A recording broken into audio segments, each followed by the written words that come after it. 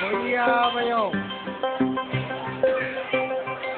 கொய்யாபயம் கொய்யாபயம் கொய்யாபயம் கொய்யாபயம் கொய்யாபயம் கொய்யா 5 கொய்யா 5 தம்பி கொய்யா 5 தம்பி வாங்க கொய்யா 5 ஒரு பழம் எவ்வளோ ரூபா? ஒரு பழம் 5 ரூபாய். 2 பழம் ஏடா ஒரு பழம் 5 ரூபாய் 2 பழம் 10 ரூபா. தெரியும். ஒரு பழம் 5 ரூபா, 2 பழம் 10 ரூபா, 3 பழம் 15 ரூபா, 2 பழத்தை 8 ரூபாய்க்கு தருவீங்களா? வேற பேச்சு. ஹலோ என்னங்க நம்ம பையன் சீனுக்கு கீழே இல்லாம இருக்காங்க. பையன் கீழே ஊத்திட்டானா? ஆமாங்க. போல ஆட்டி கூட்டு போடி. சீக்கிரம் வாங்க. நான் உடனே வரேன். சீக்கிரம் வாங்க.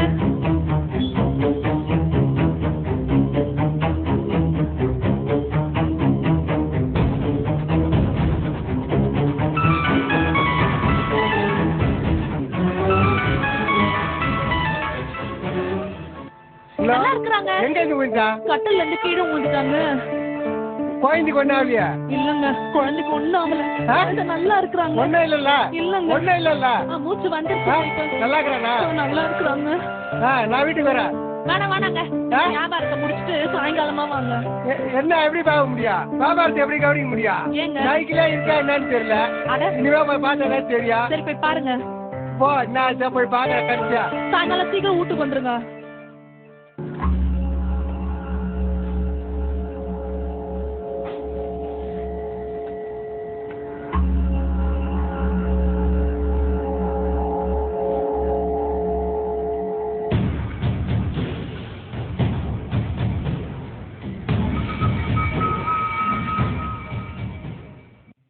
தம்பி, நான் தான் இங்க இல்லையா?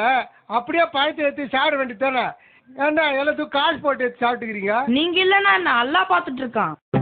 அல்லாவா? அவன் எங்க இருக்கா? அல்லா எல்லா இடத்துலயும் பாத்துட்டு இருக்கான்.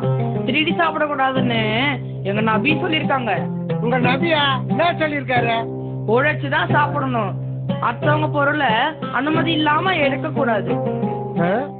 அப்படி எடுத்தா அது ஹராம். உங்க நபியா எப்ப சொன்னாரு? யாருகிட்ட சொன்னாரு? உங்ககிட்ட சொன்னாரா? ஏன் உங்களுக்கு எதுவுமே தெரியாதா? எல்லாம் அங்க ஹஸ்ரத்தா சொன்னாங்க. ஹஸ்ரத்தா? ஆமா, அவங்க அங்கதான் இருக்காங்க. எனக்கு உங்க நபியை பத்தி சொல்லுவாரு. ஓ, சொல்லுவாங்களே. வாங்க எங்க ஹஸ்ரத்து கிட்ட போலாம். வாடாப்பா. கொய்யா வைக்குவானோ? கொய்யா அப்புறமா வைக்கலாம். உங்களை பார்த்தா ஹஸ்ரத் சந்தோஷப்படுவாங்க. ஏய், என்னடா இவ்வளவு தூரம் கூட்ட? ஆமா வாங்க. அஸ்ஸலாமு அலைக்கும். வலைக்கும் அஸ்ஸலாம் வரஹ்மத்துல்லாஹி வபரகாத்து. என்னப்பா தாரிக், கொய்யாப்பழ வண்டியை கொண்டு வந்திருக்க?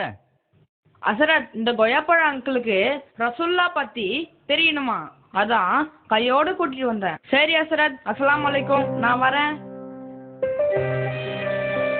வாங்க ஐயா. ஐயா, நாங்கெல்லாம் வரலாம் ஐயா. தாராளமா வாங்க, உட்காருங்க. ஐயா, நான் சும்மா தான் ஐயா விளையாட்டு கேட்டேன். அந்த பையன் கூட்டாந்து விட்டாயா? குழந்தைங்களுக்குலாம் இவ்வளவு நல்லது சொல்லி கொடுக்குறீங்களா? உங்களை பார்க்கலாம் தான் ஐயா வந்தேன். நபிகள் நாயகம் இதுக்கெல்லாம் ஐயா சொல்லி கொடுக்குறாரு. ஆமா கணேசா, நபிகள் நாயகம் எல்லாத்துக்கும் வழி காமிச்சிருக்காங்க. நபிகள் நாயகம் சொல்லி தராத எந்த விஷயமுமே இல்லை. அடுத்தவங்க பொருளுக்கு ஆசைப்படக்கூடாதுன்னு நபிகள் நாயகம் சொன்னதுனால தான் இந்த பையன் இப்படி நடந்திருக்கான். எப்படி ட்ரெஸ் பண்ணணும், எப்படி சாப்பிடணும், எப்படி சம்பாதிக்கணும், எப்படி செலவு பண்ணணும், சுருக்கமா சொல்லணும்னா சிறுநீர் கழிச்சிட்டு சுத்தம் பண்றது கூட நபிகள் நாயகம் சொல்லி தந்திருக்காங்க. நபிகள் நாயகம் ஒரு மகான், ஒரு துறவி நினைச்சா, ஆனா அவர் இவ்வளவு விஷயம் சொல்லி கொடுத்துட்டு போகிறாரா? நபிகளார் துறவியும் இல்ல, வானவரும் இல்ல. அவர்கள் ஒரு மகத்தான மனிதர். அவர்களுக்கு தாய் தந்தையர் இருந்தாங்க, மனைவி மக்கள், சொந்த பந்தம், ஊர் உறவு எல்லாம் இருந்துச்சு. மக்களோடு மக்களாக வாழ்ந்துதான் இந்த போதனைகளை உலகுக்கு வழங்கி இருக்காங்க.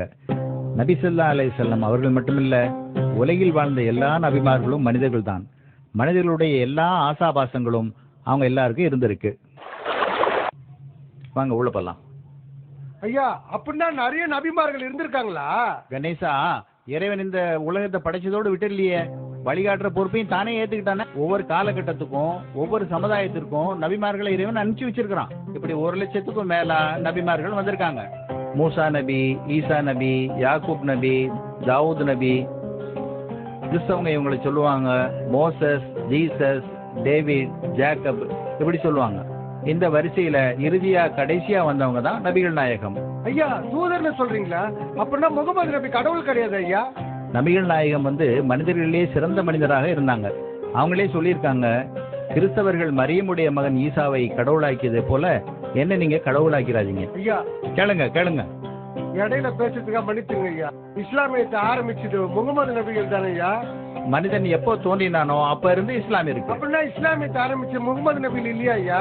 இல்ல, இந்த உலகத்துல முதல்ல படைக்கப்பட்ட முதல் மனிதர் ஆதம் அலைஹிஸ்ஸலாம். முதல் மனிதரே முதல் தூதராகவும் இருக்கிறாங்க. அன்னையில இருந்து இஸ்லாம் இருக்கு. இஸ்லாம்ங்கிறது மதம் இல்ல, அது ஒரு வாழ்க்கை நெறி. இந்த வாழ்க்கை நெறியை தான் ஒவ்வொரு காலகட்டத்திலையும் ஒவ்வொரு நபியும் அந்தந்த மக்களுக்கு எடுத்துரைச்சிட்டு இருந்தாங்க. இறுதி நபி முகமது ஸல்லல்லாஹு அலைஹி வஸல்லம் அவங்களுக்கு இறைவன் திருக்குர்ஆன்ங்கிற வேதத்தை கொடுத்தான். அந்த வேதத்தின் வழிகாட்டுதல்ல தான் இந்த பணியை முகமது நபி ஸல்லல்லாஹு அலைஹி வஸல்லம் அவர்கள் முழுமைப்படுத்தி இருக்காங்க. உட்காருங்க. அப்படின்னா குர்ஆன்றது நபிகள் நாயகம் புத்தகம் இல்லையா ஐயா? குர்ஆன் இறைவனால இறை தூதர் முகமது நபி ஸல்லல்லாஹு அலைஹி வஸல்லம் அவங்களுக்கு அருளப்பட்டது. குர்ஆன் அரபியர்களுக்கோ முஸ்லிம்களுக்கோ மட்டுமோ சொந்தமானதல்ல, உலக மக்கள் அனைவருக்கும் வழிகாட்டியா இருக்கு. நீங்க சொல்றதுலாம் புதுசு புதுசா இருக்கு. குர்ஆன்ல எங்களுக்கு கூட வழிகாட்டுதல் இருக்குதா ஐயா? ஓ நிச்சயமா. குர்ஆன் உலக மக்கள் அனைவருக்கும் ஒரு நல்ல உபதேசம்னு குர்ஆனே தன்னை பத்தி சொல்லுது. அது மட்டும் இல்லாம குர்ஆனின் பல வசனங்கள் ஓ மனிதர்களேன்னு திருக்குர்ஆன் சொல்கிறது. அது மட்டும் இல்லாம நபிகள் நாயகம் ஸல்லல்லாஹு அலைஹி வஸல்லம் அவங்க முஸ்லிம்களுக்கு மட்டும் நபியா வந்தவங்க இல்ல, உலகத்தில் உள்ள எல்லா மக்களுக்கும் நபியா வந்தவங்க. ஐயா சொன்னா தப்பா நினைக்க மாட்டீங்களா? ஏன் தப்பா நினைக்க போறேன்? நீங்க கேட்காம இருந்தாதான் தப்பா நினைப்பேன். அப்படின்னா நாங்களும் குர்ஆன் படிக்கலாமா? தாராளமா படிக்கலாம். நானே உங்களுக்கு ஒரு குர்ஆனை கிஃப்ட் பண்ணலாம்னு இருக்கிறேன். ஐயா எனக்கு இன்னும் ஒரு சந்தேகம் ஐயா. நபிகள் நாயகம் இறந்து ஒரு 200-300 வருஷம் இருக்குமா ஐயா? இல்ல, முகமது நபி ஸல்லல்லாஹு அலைஹி வஸல்லம் அவங்க கிபி 571ஆம் ஆண்டு அரேபியா நாட்டில குறைஷ் என்னும் குலத்தில அப்துல்லா ஆமினா என்ற தம்பதியருக்கு மகனாக பிறந்தாங்க. பிறக்கிறதுக்கு முந்தையே தந்தையை இழந்தாங்க. 6 வயதாகும் போது அன்னையை இழந்தாங்க. பாட்டனார் அப்துல் முத்தலிபின் பராமரிப்பிலே வளர்ந்தாங்க. அவர்கள் மரணித்த பிறகு பெரிய தந்தை அபூ தாலிப் அவங்களோட பராமரிப்பில் வளர்ந்தாங்க. ஆடு மேய்ச்சாங்க. சின்ன வயசுலேயே ஒழுக்கமும் தூய்மையும் நிறைஞ்ச இளைஞரா வளர்ந்தாங்க. எல்லாருக்கும் நம்பிக்கைக்கு உரியவராகவும் உண்மையாளராகவும் திகழ்ந்தாங்க. 25ஆம் வயதில் தன்னை விட 15 வயது மூத்த 40 வயதான 4 குழந்தைக்கு தாயாக இருந்த கதிஜா என்னும் விதவையை மணமுடித்தாங்க. 40 வயது வரை அவங்க நபி இல்ல. தனது 40ஆம் வயதில் ஹிரா மலை குகையில் தனித்திருந்த போது மாணவர் தலைவர் வஹி எனும் வேத செய்தியை எடுத்து வந்தாங்க. அன்னையிலிருந்து பிரச்சாரத்தை தொடங்கினாங்க. ஒரே இறைவனை மட்டும்தான் வணங்கணும்னு சொன்னாங்க. நான் தான் இறை தூதர் என்று அறிவிச்சாங்க.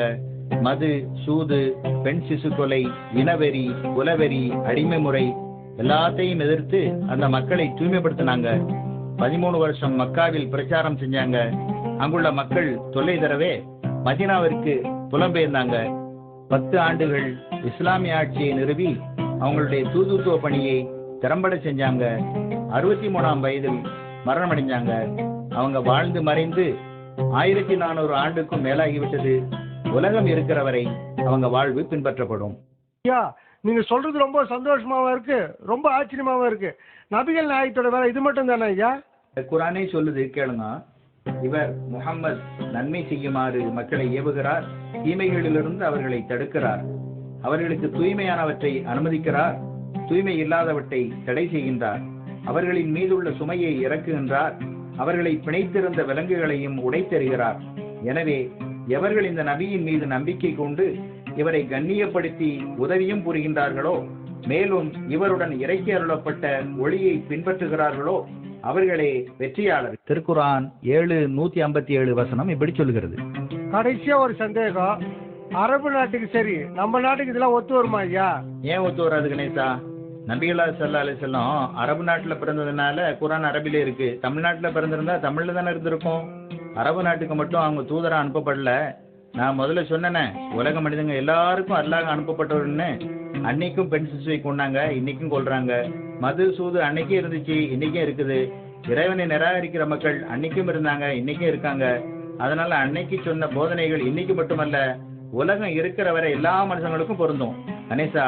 அதனாலதான் இன்னைக்கும் உலகம் முழுவதும் 160 கோடி மக்கள் அவங்களை பின்பற்றாங்க. நிறைய வழக்கா குத்துட்டீங்க ஐயா, ரொம்ப நன்றி ஐயா. அள்ளக்குறையாத சரித்திர சமுத்திரத்திலிருந்து பெருமானார் என்ற பெருங்கடலின் ஒரு துளிதான் இங்கே தெரித்து விழுந்திருக்கின்றது. இன்னும் சொல்ல சொல்ல உள்ளமும் உயிரும் உருகும் உன்னதமான வரலாற்று நாயகரை, உலகம் வியக்கும் நபி முகமது ஸல்லல்லாஹு அலைஹி வஸல்லம் அவர்களின் வாழ்வை நீங்கள் முழுமையாய் அறிந்திட வேண்டாமா? தொடரட்டும் நம் தொடர்புகள்.